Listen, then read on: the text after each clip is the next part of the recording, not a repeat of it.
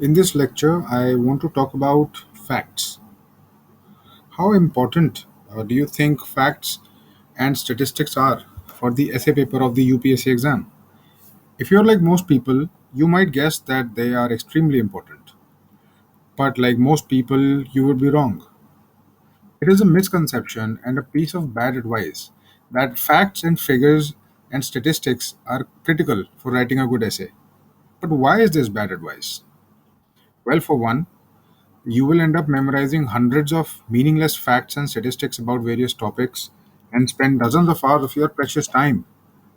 And then you'll spend even more time worrying about how you will even recall all those facts during the exam. And out of all the facts which you do memorize, you will end up using maybe at most three or four facts in your essay. Then during the exam, you will spend most of your time in the essay paper thinking about where to insert those facts rather than the essay topic itself. But there are other drawbacks with focusing on stats and statistics. Number one, you might make a factual error. You may make a mistake while quoting a fact. You may mention the wrong date, or you may misquote somebody famous. A factual error is fatal. If you make an error in one of the facts, like mentioning the year of the census as 2012 instead of 2011, you will leave the examiner no choice but to penalize you by deducting marks. Why take that risk? Also, memorizing facts is hard and very boring. But very importantly, and this is largely ignored, and it's very important to keep in mind that you should cite the sources of your data. And if you're using statistics otherwise, then they have no meaning and credibility. If you don't cite the source of your data, how will the examiner come to know if the data is authentic and correct? Obviously, he or she will not research and investigate the sources which you have cited, but they will definitely expect you to mention the sources of your information. And this means that quoting statistic will pose an additional responsibility on you to cite the correct source for each fact, which in turn means more memorization for you. Moreover, the sources which you cite, if you do cite them, must be authentic, credible, and the sources of the data should be authoritative.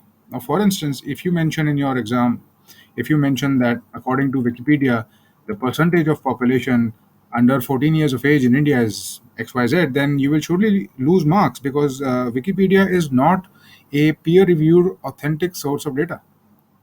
Facts on Wikipedia may or may not link to their authentic sources.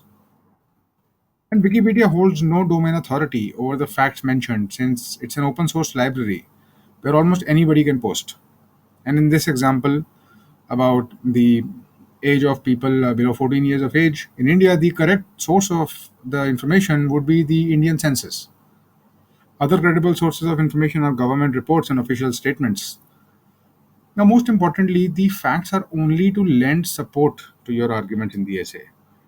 Facts in themselves are inert and they are devoid of meaning. For instance, say that you come across the following factoid. Out of the total number of 4,32,000 cases of tuberculosis the world over, one fourth cases occur in India. Now, this factoid is meaningless unless it is placed in the context of an argument. By itself, it means nothing. But if it is used appropriately to strengthen a point, it can lend a lot of support to your argument.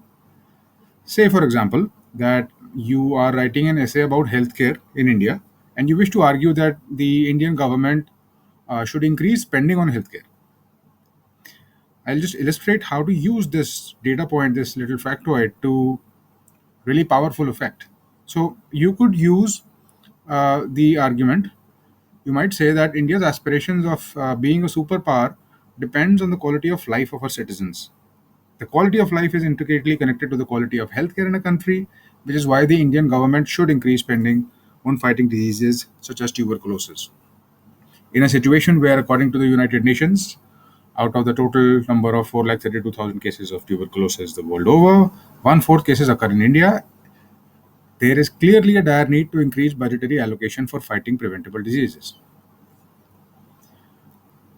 So, all of this was all about the problems which you may face by using facts in your essay and by over focusing on that aspect.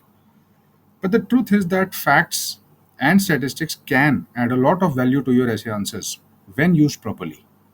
They can give strong evidence and support for your argument, especially if you quote and cite authentic and trusted sources of data.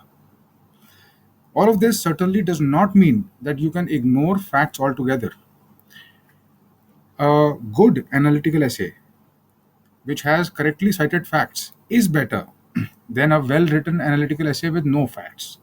Facts can give your essays the impression of being thoroughly researched and rigorously analytical, which, trust me, is exactly what you want the examiner to think. So, which facts will you memorize? How many will be enough? Is there a way to get the best of both worlds?